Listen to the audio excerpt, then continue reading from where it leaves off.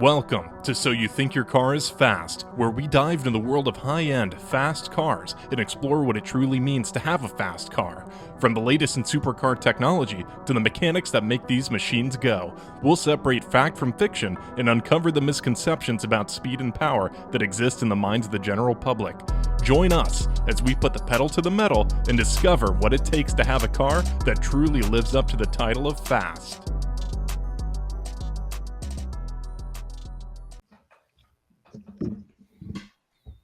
We're live, boys. Live. We are live and alive. So I got a good text a few seconds ago from engine builder extraordinaire John Bray.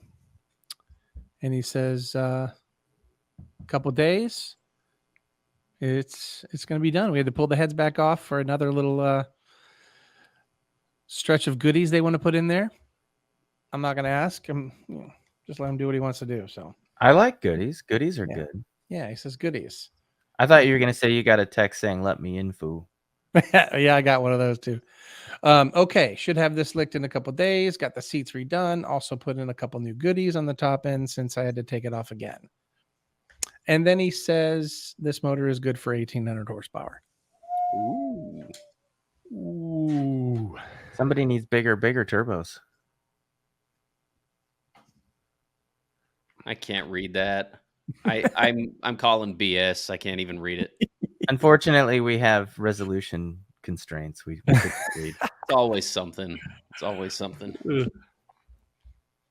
So, I figured maybe this week we could talk about the ugly truths of modifying cars. Oh, it's ugly. Do we want to do we want to go there? I mean, oh, geez. Well, there's a few things that happen, right? The first one of which is you spend your entire time, obsessing over whether this part that's advertised to add 8 horsepower and this part that is advertised to add 5 horsepower are actually going to add up to 13 horsepower or not. And generally speaking, whatever, optimistic scenario you devise in your head, the answer is no. It's that's not how it works. And you shouldn't necessarily be chasing a horsepower number either. People get caught up in it. That's what I always ask. People hit me all the time in my DMs, saying, "Hey, what do you think about this? And what should I do here?" The first thing I ask is, "What are your goals? Do you want to be, a street monster or an event car? Do you want to be, you can't really. You've got to have a goal, and you can't just say, I want to make 1,500 horsepower. Well, that's fine and all, but then, do you want that 15 horsepower to be reliable? Because on most platforms, 1,500 is, that's kind of right on the cusp of being an event vehicle only. The problem I have with that, though, is how do you know what your goal is? I mean, it's for me anyway, it changes almost on a daily basis. Well, unless you have a long and glorious history of destroying cars by modifying them, it can be difficult to know where your end goals are going to be. Well, I've destroyed my fair share of cars, but the problem is I get to a point and then somebody says, hey, if you just do this, you can get this much more. And so I go, oh, okay, let's do that then. And then when we do that, we're like, oh, well, now this thing over here, well, let's do that too. And then by the time I'm done with it, now well, I find it a lot easier to tell other people what to do with their cars and their money. Whether it's a waste of money or not, that last, whatever little bit you're trying to get, man, don't do that. That's not worth it. When it comes to me, I'm just like, yes, all the things. And, it's a judgment thing, right? Like, it's easier to evaluate somebody else's situation than it is your own because you're so emotionally invested in it. Of course, it's a lot easier to modify cars these days than it used to be because the electronic control systems in the cars, there's even a slipperier slope there when you go to a standalone setup. But, a factory computer nowadays as long as you can have some control over the parameters in some way. I mean, the cars run pretty well. It's not like it used to be where you're lying to the computers in the car to trick them into doing what you want. Nowadays, you bring that computer along with you for the ride, and it helps you. So that that's a really nice thing.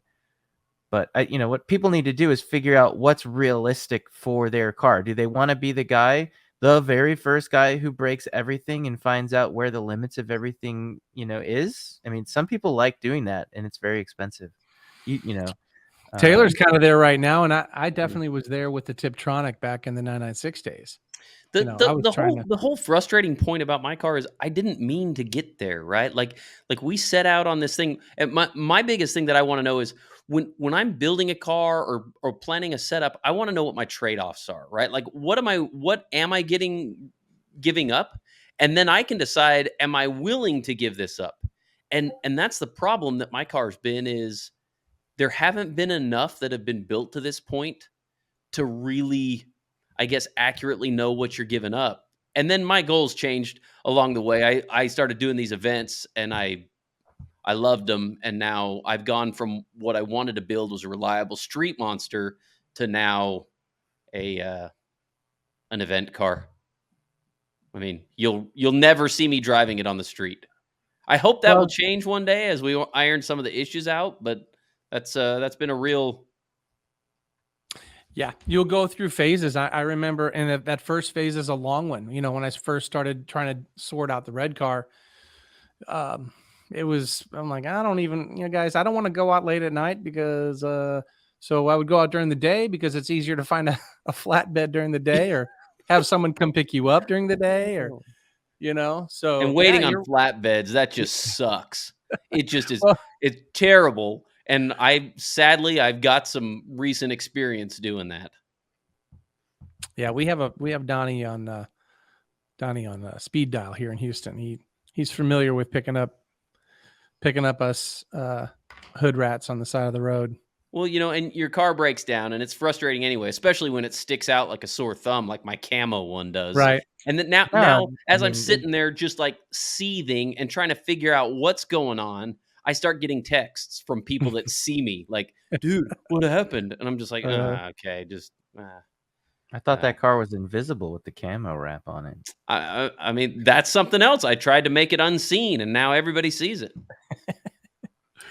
Yeah, yep. Those trade-offs you guys are talking about is the real deal. OEM manufacturers, they go ahead and they want to trade off nothing, right? Like noise and like the term is NVH, right? Noise, vibration, and harshness.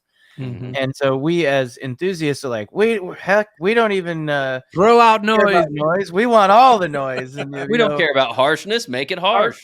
Make it harsh. Yeah. Vibration, as long as it doesn't shake itself apart, we're good. And so you'll find every car that you want to play with, you'll find that there's some sort of point where you hit diminishing returns, in the sense that you've given up everything about it, and you get 1% more out of it. And so people need to figure out where that point is for themselves. I know in getting older myself, my tolerances for NVH are a lot lower than they used to be. Like I don't want to drive around a car that'll give you a headache in half an hour from the noise. Yeah. That seemed like a great idea to me 15 years ago, 20 years ago. Well, this is why, now we have our race car, and then we have our spare non-modified race car that we can take. You guys have non-modified cars? What? I put an exhaust on my GT3 and I got in trouble. I do. Every time I buy a quote unquote daily driver, I'm like, hey, I'm not modifying this one, and I truly mean it. I really, at the time, I mean it, and now it just doesn't. It doesn't. I'm sick. And I need help. I'm Taylor, and I'm a modaholic. When you text me, Taylor, and you're like, well, the turbos are coming in for my car next week, and then, I'm working on the exhaust for the BMW, and the truck has this, cooler coming in, and I'm going like, I can't keep up. He has 4 projects going. Like, what's going on? Yeah, it's not. And that's the thing, right? Like, it's in my mind, it's romanticized. Like, I think about how much fun it's going to be. And sometimes it is, like during the build process. But there are some times where it is not fun at all. And then I find myself going, maybe I don't like cars anymore. And that lasts for, 3 days. And then something else pops up. There's always a period of mourning when something goes wrong. Yeah. I had one of those periods of mourning when I broke the engine to my 911 the first time. Actually, the only time I've really properly broke it, knock on wood. And, I was just moping around the house for 2 or 3 days. And finally, my wife looks at me and she says, just do what you're going to do with it. Just go. Get her done. Yep. See, That's all but I at need. least the morning when you know what's wrong with it, like you can kind of reason with yourself and be like, okay, look, this does suck. It broke, but now I'm going to build it better. The part that I really, really have a hard time and it really damages my character is when there's some problem and I don't know what's causing it. Oh, that's That's bad. the part Yeah. that just eats away at me. And it's like, I mean, it just, yeah, I have a hard time letting it go until I've come up with some reasonable explanation in my mind. Yeah, the not knowing part, but it's also equally disturbing even when you know what's wrong with it and it's sitting in your garage broken. Like that makes me sad. The car is broken Yeah. in my garage, and it's not like I'm gonna take it out and drive it during rush hour. That's another thing about modifying cars that people need to understand is that everything has a service life. An engine only goes around so many times. It's going to go spin, spin, spin. That's great. But eventually it will go spin, spin, clank. And the clank is not the fun part. And No. so, you don't want to heavily modify your car and then drive it to work every day because you're just wasting the spin, spin, spin time. That's true. Yeah, I always think I'm on my last pull every time I do one. Wasted pulls. I just hope I get enough pulls to where we iron out some of the details that I can get it fully optimized. Mm-hmm.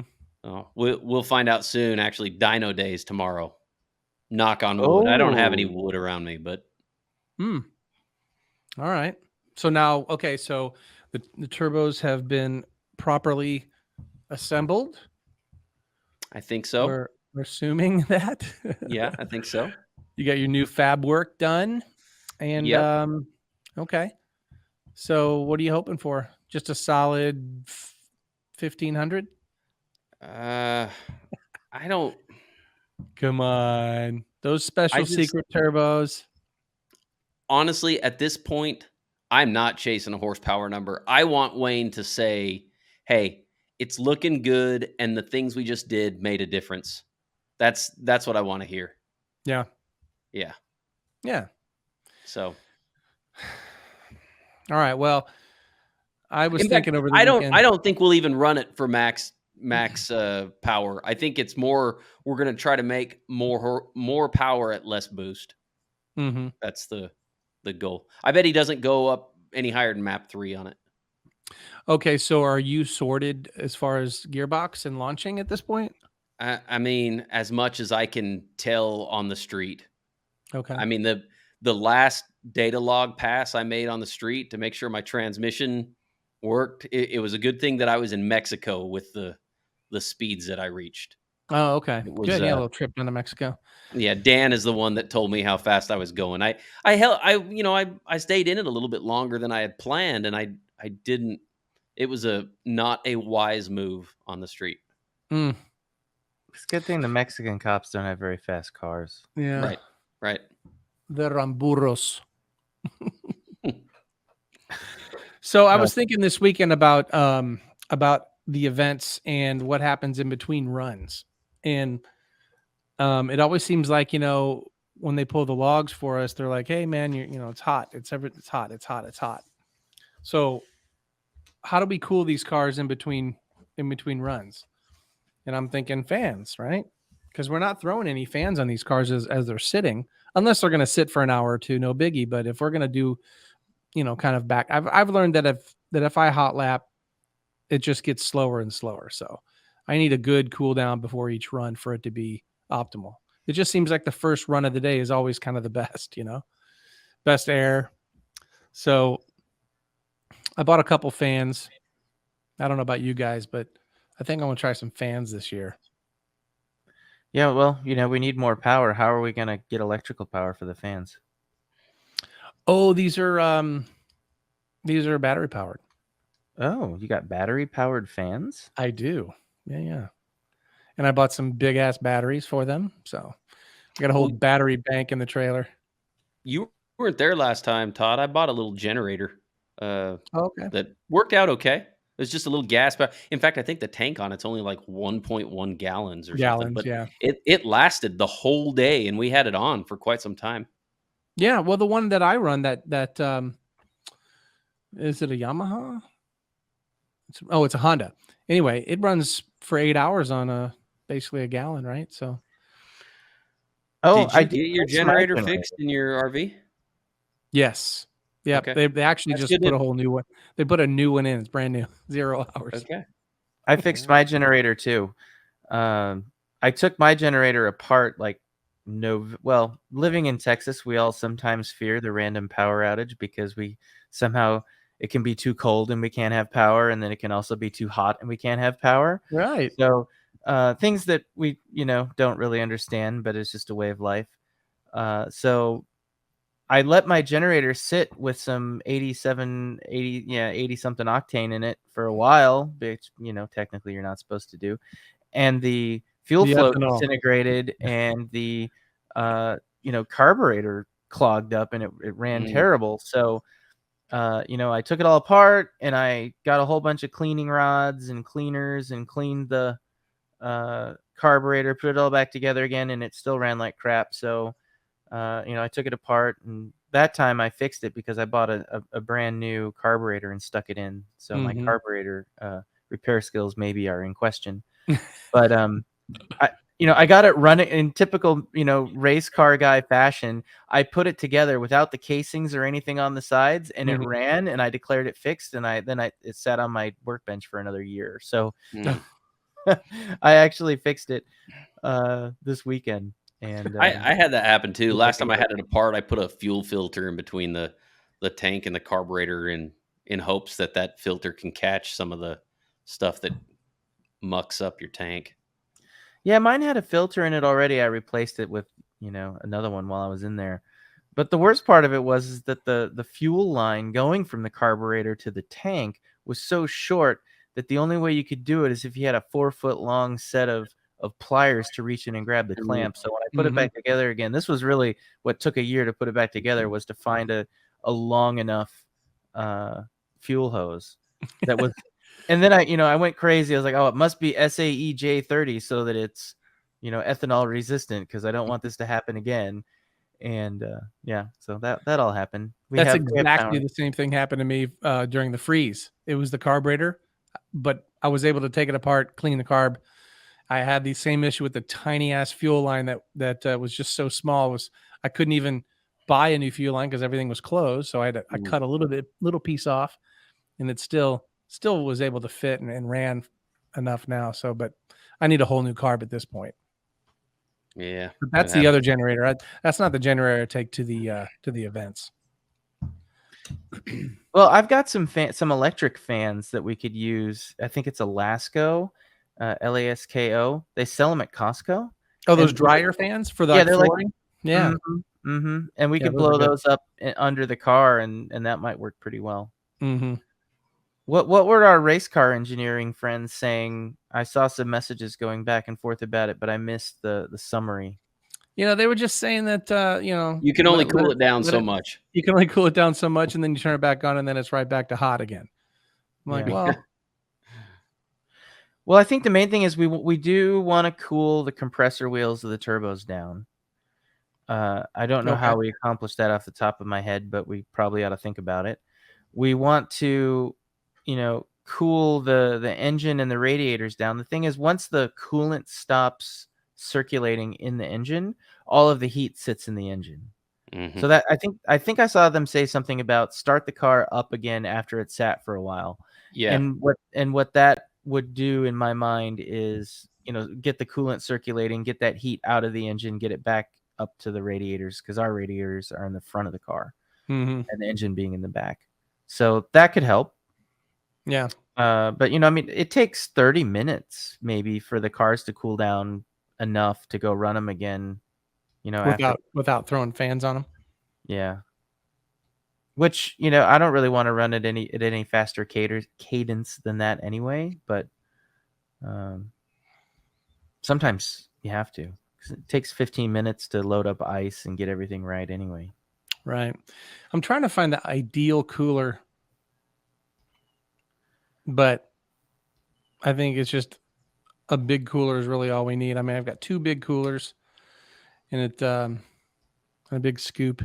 We need a Kona ice truck, and then we can. Yeah, just I don't. tow it. I talked to Jason about that, and he said he does have some ice vendors that come to the events. I don't know why the ice guys don't see that as of course, I don't know what margins are on ice anyway, and I don't know Mm-hmm. if it's worth it. But to me, just from a 30,000 foot kind of view, it just seems like, hey, here's a race car thing where, I mean, how many of us use ice out there? A bunch.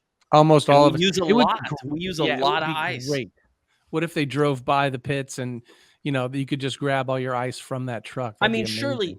surely they charge a premium, which I understand, but like they could charge a decent premium, and I bet people would still buy it because it's Mhm. a hassle dealing with the coolers and how much space they take up, and Mhm. going to Walmart and Yeah, going to funny Walmart at looks. 5:30, 6 o'clock in the morning to get ice sucks.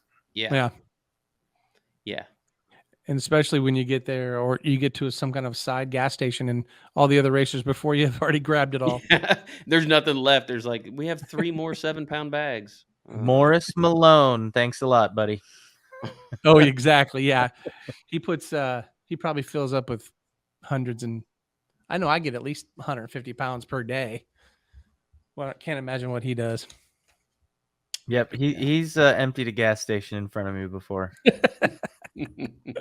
Oh boy. So I have some news on my stuff too. Okay. Incidentally, my cam housings that are mysterious and holy in all ways have been ordered and are coming Wow. From Germany. from Germany. Yep. And so the basic plan is to order them, get a hold of the receipt, burn it, and never speak of it again. Uh-oh. Are we paying a premium? Ooh. Yeah.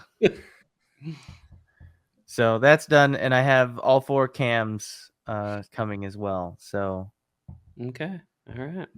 that, can't run a 3-cam engine. So you should be good for a Texas 2K. it's going to come down to how fast it gets here from Germany, I think.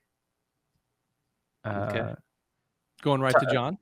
John has my engine. Does he have? Okay, so are these parts going directly to him? The stuff that I ordered from Germany is coming to me because I didn't want to make him receive international packages, and I didn't know Okay. exactly what all of the, I might end up having duty to pay on them or something weird like that. So I just figured I'd take care of it all and then forward it to him. But yeah, everything's on its way. I don't know why that made me think of it. Yesterday, when I was towing my car out to Wayne's shop, I stopped at there's a little Porsche service center that's right outside. It's down the street from where I live, because I realized I didn't have any crush washers for the oil drain plug, and I was taking Jamo some oil change stuff because it was time. So I stopped there trying to get the crush washers, and they had them, so it worked out fine. But man, those people, they are not very personable and nice. And maybe I expect too much, but when I pull in my trailer with my camo wrap 997, and no one even says anything, and it's hard to even find anybody to work there, I'm kind of like, Well, at least they didn't ask you for make, model, and year. Well, they eventually did. Oh. Yeah. So. Is that a 4-door? Yeah. Yeah, when I ordered the cams for my car, the Porsche dealership was like, we need the VIN number. And you're like, okay. So I sent them your VIN number, Todd. And Oh, because I didn't know what else to do, because my car isn't a GT3, it's a turbo, but I'm ordering GT3 parts, and you try explaining that to the guy at the parts counter. you want to do what? Yeah. They always tell me it's a horrible, terrible idea. And then, a couple What of you do? years later, they're like, "Wow, everybody's doing this. What you should run ethanol in your car. I hear it's great." Same thing happened when I was putting the car together originally. The local place, Roof Auto Center, RAC. Roof. I brought my stuff in, and I wanted them to change plugs and put the bigger injectors in for me, because note to everybody: never ever try to install injectors in a 911 Turbo 997 or later without dropping the engine. Yeah, that's just a public service announcement. It's probably the most awful thing I've ever done with a car. They laughed at me though at Roof. They said, "What? You're gonna do that? Oh man, that never works. That's a terrible idea. You shouldn't do that." And then I was back in there like a couple of years later for something else, and they were asking me, about my car, and of course didn't remember anything from previous, which was probably for the best. And told me that what I should really do is run ethanol in my car, because it works great with turbocharged engines. It really allows you to run more boost and more power. And I just kind of smiled at him. I was like, "Yep, guys, yeah, you made fun of me for that 2 years ago, but now it's okay. Now it's cool. Okay. Yeah, okay." But that's how, man, some of the Porsche shops out there, they just they don't get into the modifications, right? And they think modifications don't work, and it's never going to work, and we're just going to do what Porsche's done, and the engineers at Porsche, you could never do anything better. Well, they're I hear right. that all the time. Well, first of all, yeah, they're right. They're right, but it comes down to these trade-offs that we've been talking about. Exactly. Earlier, right? Like, we're willing to make some trade-offs to make it happen. Yeah. And I can't think of any other car that you can buy like these that you literally don't have to change every nut and bolt on the car in order to make this kind of power. Like the R8s and the Lambos are kind of in that category. There's some other ones over the last few years that have started moving more in that direction. But I mean, you take a GTR, you might as well just go to Home Depot and start buying some bolts, because everything has to be upgraded on that car. It's silly. Boy, but when they do. Whew, yeah, it's not cheap, Yep. but man, there There go. are some fast GTRs out there. Well, they're faster than us. Oh, yeah. In general for a straight line, but That guy that hangs out with us at Shift Sector, Jeff. Mhm. oh yeah, White he's a cool GTR. guy. Yeah, I like that guy. he's a cool guy, and he built that thing himself, and it's a relatively mild build, and he puts up some really good numbers. Yeah. What did he do? 215? I want to say he ran 215. Yeah. 215. Yeah, 214, 215. Man, I had a knot in my stomach when he heard it on the final. Yeah. It's like, oh, I felt so bad Me for the too. guy. Yeah, sure, Taylor. You were the one running against him, and you actually beat him when he broke. I Poor felt guy. so bad, but I guess that's No, you're right. That's impressive. He's doing that work himself. Absolutely. I bet we see him again this year. You think he'll have it all fixed up? Oh, I'm sure. He took it well. He took it like a man. He was like, yeah, it's broke. I knew it was going to break It was about eventually. time. Yeah. Yeah, he should be out there. I think he lives near the Kansas venue, right? He lives in KC, maybe. Yeah, he's Kansas City. That's right. well, and he was what, in Indy and Kansas with us? Did he come? He didn't come to Abilene though. Well, no, because his car He was broken. Yeah. Thank you for listening to So You Think Your Car is Fast. Don't forget to subscribe on YouTube at So You Think Your Car is Fast. Also, subscribe to our podcast on Spotify, Google, Apple, or wherever you listen to podcasts. Todd's Instagram is Black Horse Turbo. Dan's is Rix997 with an X. And Taylor's is Stelove_cars.